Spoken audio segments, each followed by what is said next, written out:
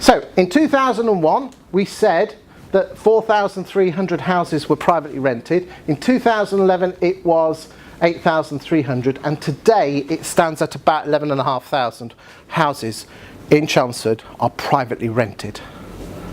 Okay, that is a pretty big growth. Is this going to be a bubble that breaks? Well, let's have a look. But before we do, let's have a look at rents. Now, this is going to be a straw poll, so no one has to be embarrassed. We're going to do a straw poll. How much of rents that tenants have had to pay in Chelmsford since 2008 gone up by? And there's a clue here that inflation has been 30.9%. So we're going to start at the top. Put your hands up if you think rents have risen by 69.5%. Put your hands up. No, that's silly, that is. The ones at the end are always the silliest. 44.4. 38.1. Got a few there. 37.1. 36.4. 28.9. 20.4. It won't be that one, will it? Yes, it is.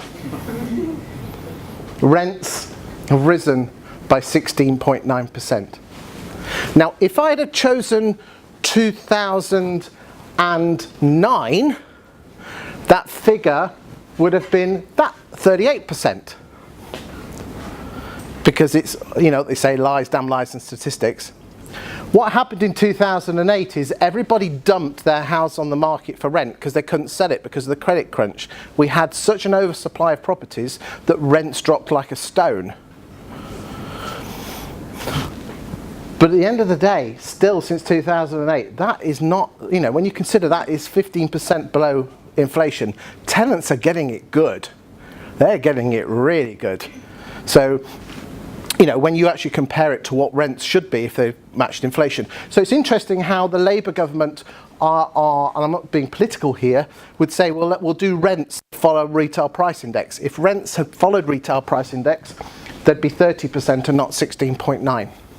So you lot would be better off. So vote Labour.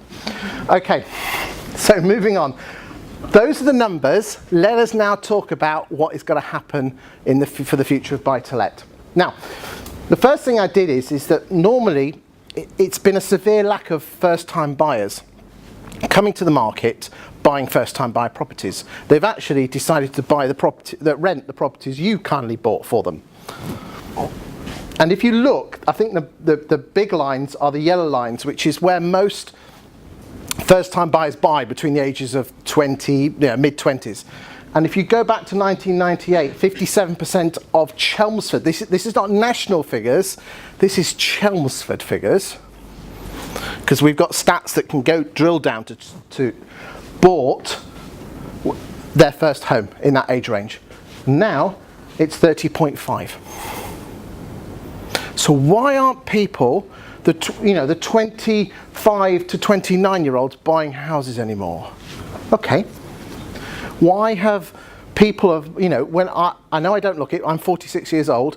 If I said to my parents when I was in my early 20s, Mum and Dad, I'm going to rent for the rest of my life and I'm just going to live it up, I'm going to give all my money to a landlord, my backside would have been kicked from pillar to post saying, you save up my lad, you're not going out tonight, you put that bottom drawer and save all your money because at the end of the day you're buying a house. And I'm sure there's plenty of people in this room that probably got a similar lecture at that time, because that's what you did. You went to university, you went to college, you saved like mad, you saved your 5% deposit and you went to bought a house.